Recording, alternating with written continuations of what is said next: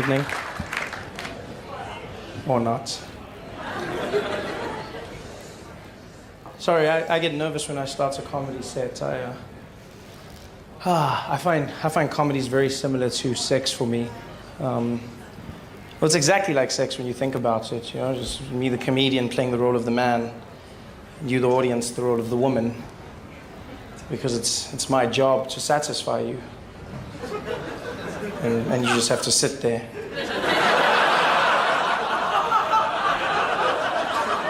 And then, just like sex, my success or failure is somehow determined by how much noise you make during my performance.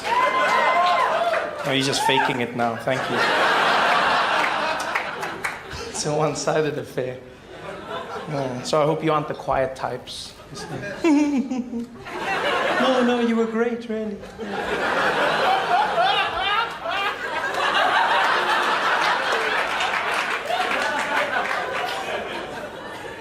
Makes it worse when a guy laughs in the middle of it.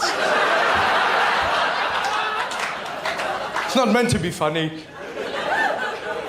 This is my first time in Australia, and I must say I'm enjoying it. After 2 days of traveling to get here, I finally arrived, and it's quite a quaint place. It wasn't supposed to take me that long. We were delayed. First delay was I got to the airport in Johannesburg. I was on a Qantas flight, and they said, sorry, sir, there's a bit of a delay. I said, how long? They said, 24 hours. So that's not a delay, that's cancellation. So that's another day. So they said, come back tomorrow. I came back the next day, and then we tried it again, and this time we were on the plane, and there was another delay of about 4 to 5 hours where we were stuck on the tarmac, and the plane couldn't take off because the airplane wasn't balanced. I've never heard of that in my life. That's what the pilot said, and because he's a pilot, we believe him. He just said it, because the pilot sounds serious when they're saying it. He came on and he said, ladies and gentlemen, I've got a bit of a problem on the plane.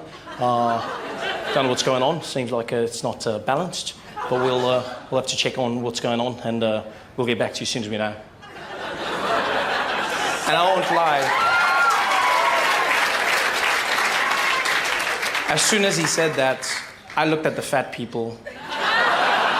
But not in a bad way, not in a bad way, just in an objective manner, like, hey, you guys, you can't sit together. You need to sit one on, yeah, the plane. Probably you, it's probably you. Speaking of fat people, is Biggest Loser the biggest show in Australia? That's all I see on TV, is just The Biggest Loser. I love that show, it's fantastic. It's always on TV. What a fantastic show. For those who don't know, The Biggest Loser is a show where they try and help fat people lose weight through torture, basically. Yes, both emotional and physical. Yeah. They do horrible things like leaving food in the house that they're living in, then ask them why they're eating it. Why did you eat the food, Kevin? Why did you eat the food? Because it was there and he's fat. That's what he does. That's like his specialty. You knew this before he came. Why are you now acting shocked? They should do a show about the people that make the show and call them the biggest assholes. That's what they should say. The show's not helping anybody. I love it. It's an amazing show. But yeah, so we were flying. So we flew. Flew from Johannesburg to Sydney. Sydney, you come in, and then you have to leave the airport and then go back into the airport to fly. You go through border control. Very friendly. I must say, Australia, I'm very impressed. Very friendly border control. You guys are very chilled out, very cool. Like, visa's not really like needed. Sort of, it is, but not like the. Do you have your visa? No. All right. Well, you know.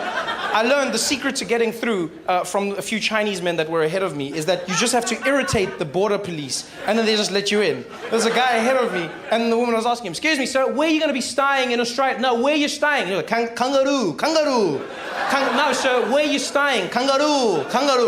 No, sir, you can't. No, it's not like, where are you going to be staying? Kangaroo. All right, just go in. I just came in. And he was just like, it was fantastic. Yes. And he had this look when he got to the other side, like it works every time. Just, you know, this knowing look about him. And so you come in, and it seems too easy because the border control is very chilled, but then you get to the customs, which is the most hardcore place in the world. I don't know what the hell happened in Australia, but you guys need to chill out when it comes to fruit. People are standing there being strip shirts. Where did you get the apple? I don't care if you can't speak English. You're gonna spend a week in quarantine, mate. Where did you get the apple? I don't care. I don't care. Where's the apple from? You see people, there's a guy that was stopped for weed. Is that marijuana? Well, don't do it again. But you with the apple, back to where you came from. What did fruit do to your country? It's such a weird place getting used to Australia because you finally come in and then you can't understand anybody. You really, really can't because like you guys say you speak English, but it's not. It's like you try, but then I couldn't tell. Like sometimes it actually sounds like it's Chinese. I used to hear people making jokes about, oh, there's all these Chinese, but then when you come, you don't know if the Australians are Chinese or not Chinese. Like, because it sounds the same to me, especially like a very deep Australian accent. Very like people say things, oh yeah, how you go, oh yeah, oh, oh, ni hao, oh yeah, ni hao, oh. Ah, yeah. Shishini. I don't know what's going on here, man. This is very... And then the phrases I do understand don't make sense, like positive phrases, like apparently she'll be right. I don't know who she is and how she applies to me, but this is very important to say in Australia. You also feel it's very important to tell everybody that you have no worries. Yeah, I didn't ask you about your life's philosophy, I just asked you how you were on the day, and you, oh, no worries, no worries. Really? Not even one? Not even one worry? Really, Australia? Are things that good here? No, not even one? Not even prostate cancer? Not even one? Not even North Korea? Because those guys are close. I'm just saying. Not even one worry? Yeah. And the strangest one, and this is something I've learned, which I wish you'd teach people before they come, is the correct answer to the phrase, how you going, is not by aeroplane. I feel it's strange to ask people this when they're traveling. I was flying with Sydney, and then we were going to Melbourne, and I got to the counter, and I said to the woman, hi, I'm going to Melbourne, please. And she said, oh yeah, how you going? I said, by aeroplane. That is why I've chosen this building over here to be traveling in. And she said, no, I was greeting you. And I said, oh, no worries. You guys have been great. Thanks for having me. Have a good night.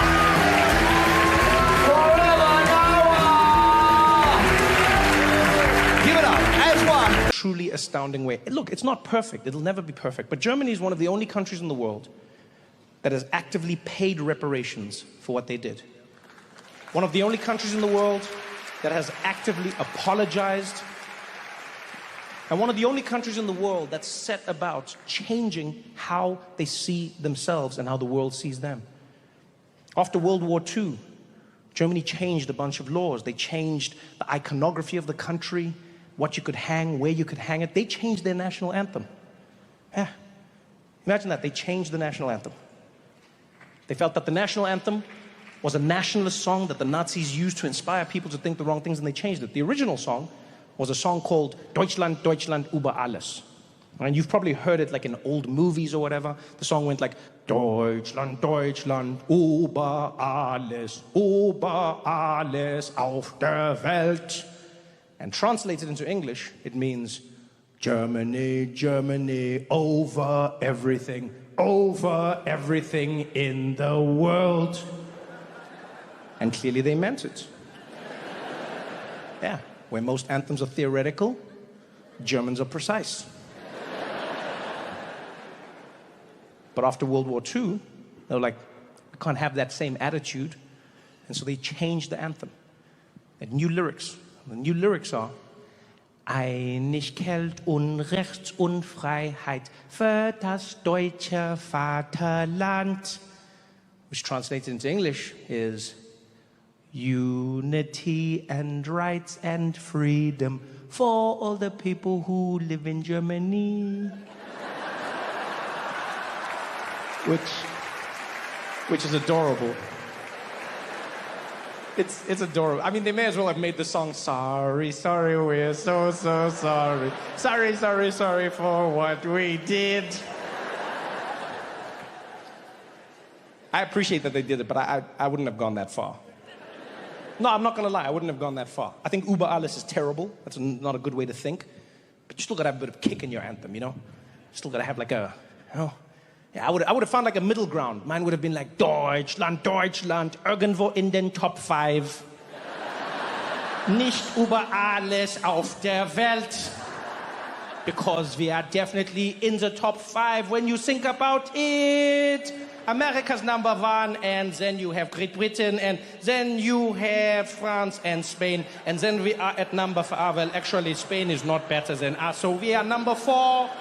Number 4 in the... Oh, yeah, but France, their economy is not that strong, so maybe we are number 3 in the world. Then you have England above... Oh, wait, Brexit was not a smart idea, so maybe we are number 2, and America is number... Oh, their elections are not that stable, so then maybe we are over alles auf der Welt!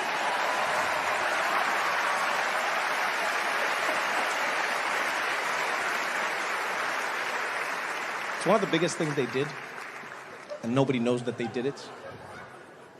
I was chatting to a German guy, and he was perplexed by this. Absolutely perplexed. He was like, yeah, you know, Trevor, in Germany we've done so many things. Oh, and you know, the national anthem was quite a big change for us. I'm sure the whole world talks about this. I was like, nope. He's like, what do you mean? What do you mean? No, who doesn't talk about it? I was like, nobody talks about it. He's like, who's nobody? I was like, nobody, like no one. No one outside of Germany talks about it. No one even knows this. He's like, how can they not know? I was like, what do you mean, how can they not know? It's like, it's German. Like, no one speaks German outside of Germany. How would anyone know? And also, you guys did something weird. You changed the lyrics, but you kept the beat.